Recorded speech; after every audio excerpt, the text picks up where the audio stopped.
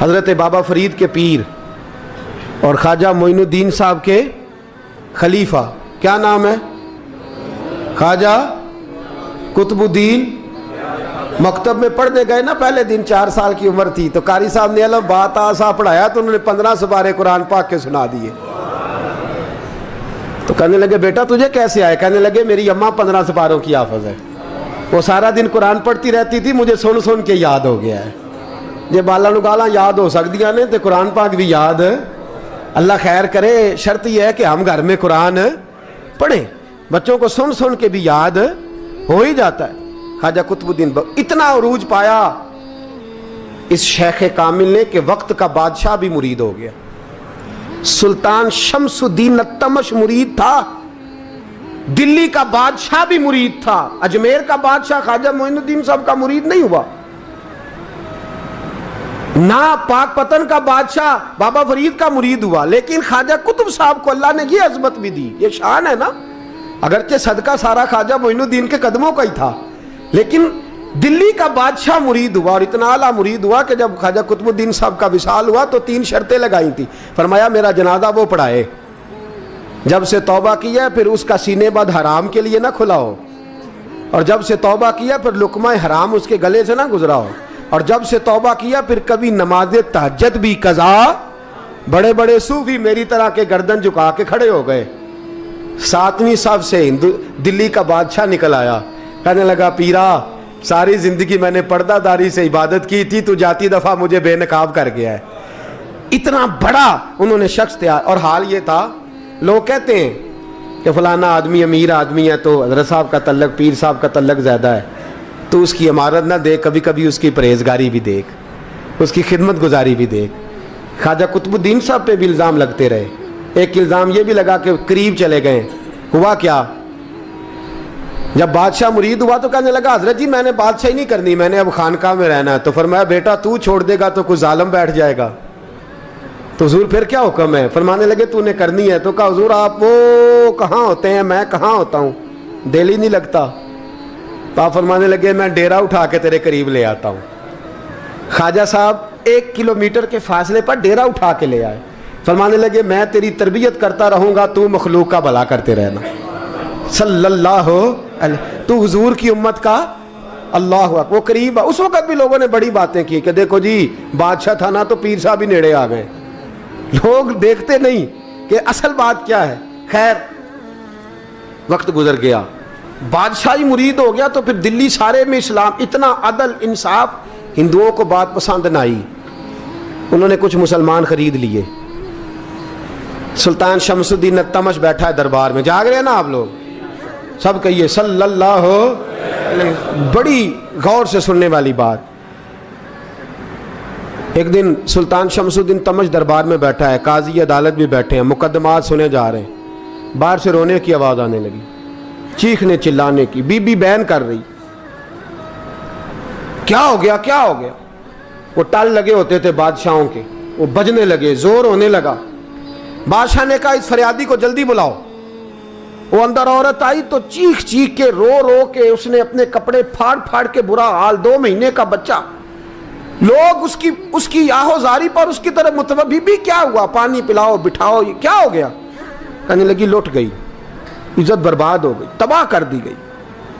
तो मैं क्या हुआ? कहने लगी बादशाह एक शख्स मेरा गैर शरई खामन बना, फिर मुझे हमल हुआ, फिर मेरी गोद में ये बच्चा है 2 महीने का। अब गई हूं तो वो कहता है कि मेरा तो तेरे से तल्लक ही कोई नहीं। बादशाह कहने लगे ये सुल्तान शमसुद्दीन तमश की जगह है, और मैंने रसूलुल्लाह सल्लल्लाहु अलैहि वसल्लम के दीन के मुताबिक हुकूमत उस्तवार की है। कौन है जो तेरे साथ? अभी गर्दन ना काट दूंगा, बात कर कौन है। कहने लगी तू कुछ भी नहीं करेगा, कोई कुछ नहीं कर सकता। लोग कलमे छोड़ के बैठ गए, तवज्जो उधर हो गई। प्रोपेगेंडे बड़ा असर करते हैं मुआशरे पे, रंग ऐसा अजीब है, अंदाज ऐसा अजीब है। फरमाया बात तो कर। उस औरत की आवाज गूंजी तो हालात ही खराब हो गए। कहने लगी बादशाह हौसला पैदा कर सुनने का। कहा तू बात कर। कहने लगी मेरे गोद में जो बच्चा है ये कुतुबुद्दीन बख्तियार काकी का है, ये तेरे पीर की नाजायज औलाद है। उठाओ, प्रोफेसर सलीम चिश्ती ने PhD की है, वो लिख रहे हैं इस वाक़े को। तेरे पीर का नाजायज बच्चा है।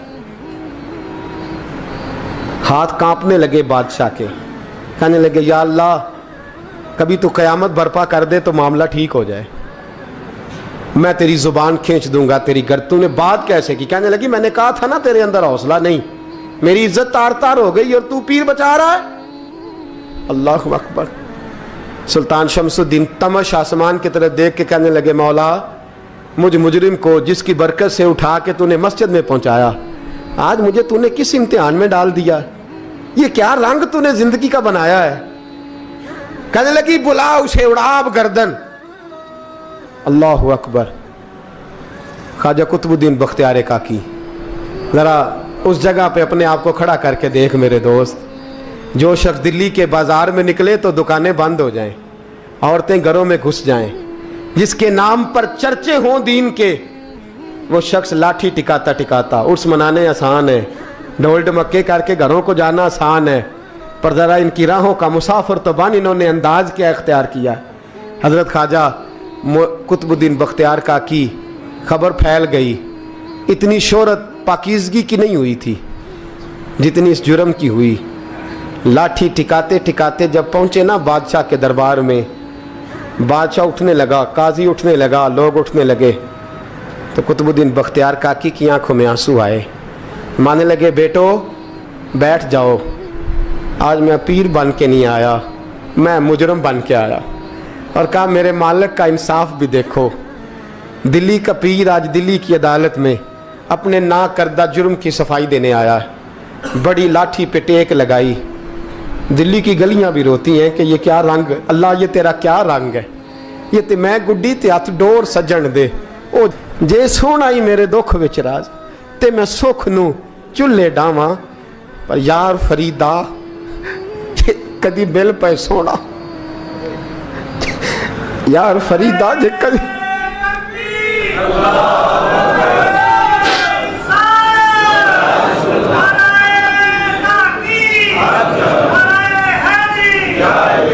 ये कदी मिल पे सोना, बस ओनू रो रो हाल सुनावा। टेक लगाई है, कहने लगी बीबी बोल दे गवाही। कहने लगी बीबी रब जानता है, रब का रसूल जानता है, पर मैं तुझे नहीं जानता, तू कौन है? कहने लगी अच्छा वो लोगों को भेज के तहज्जुद के बहाने पिछले दरवाजे मुझे अंदर बुलाना, रब तेरा भूल जाना। फिर रोने लगी, फिर मकर करने लगी। मुझे बताइए ऐसा कोई मुकदमा हो तो लोग क्या कहते हैं? यकदम हालात बदलते हैं कि नहीं बदलते? दिल्ली का माहौल ही बदल गया, सारा सारा रंग ही बदल गया। औरत तो हिंदू थी, उसने तो झूठ मूठ के कलमे भी पढ़ रखे। अल्लाह अकबर। ख्वाजा साहब पूछते हैं गवाह है कोई तेरे पास? तो 4 कलमा पढ़ने वाले खड़े हो गए। अल्लाह करे कलमा पढ़ने वाले बिका ना करें, आमीन तो कहें। तो खड़े होके कहने लगे हाँ हमने आते भी देखा है, जाते भी देखा है। ख्वाजा कुतुबुद्दीन साहब ने नजर उस्मान की तरफ उठाई, कहने लगे अच्छा जो तेरी मर्जी, मैं गुड्डी ते हथ डोर सज्जन दे, वो जिंज रखे उंज रहना है, वाजिब नहीं विच शरीयत मंदा खसम नू कहना। कहने लगे सुल्तान यार एक रात की मोहलत नहीं दे देता? मैं सवेरे सुल्तान भी रो पड़ा कि पीर साहब मैं नौकर और मैं मोलते। अच्छा हुजूर जैसे मर्जी। बाहर निकले, खादम कहने लगा हुजूर सवारी पे बैठ जाएं। मानने लगे नहीं यार आज पैदल जाना है। इस दिल्ली के चौंकों ने मुझे बड़ी सलामियाँ दी है, ज़रा मैं देखूँ तो सही दिल्ली के बाजार मेरी रसवाई पे क्या कहते, मुझे ज़रा ये पत्थर भी खाने दे। इनका जायका भी। पैदल गए, दुनिया सो गई तो दिल्ली के बादशाह ने अजमेर की तरफ मुँह किया। ख्वाजा मोइनुद्दीन हयात थे। बेखबर हो जो गुलामों से वो आका क्या है, बेखबर हो जो गुलामों से वो मुँह किया। कहने लगे मोइनुद्दीन मैं कोई लवारस तो नहीं ना, मैं कोई लवारस हूँ कि यहाँ जो मेरे साथ मर्जी हो जाए? तेरी मजबूरियाँ दुरुस्त, मगर तेरा वादा था साथ देने का, वक्त आया है। मैं कोई लवारस नहीं कि अब तू अजमेर में बैठा रहे और मैं दुख सारा अकेले बर्दाश्त करूं। बुढ़ापे का मुझे भी पता है, कमज़ोरी का मुझे भी पता है, जोफ का मुझे भी पता है, पर तत्ती थोड़े थकड़े खानदड़ियाँ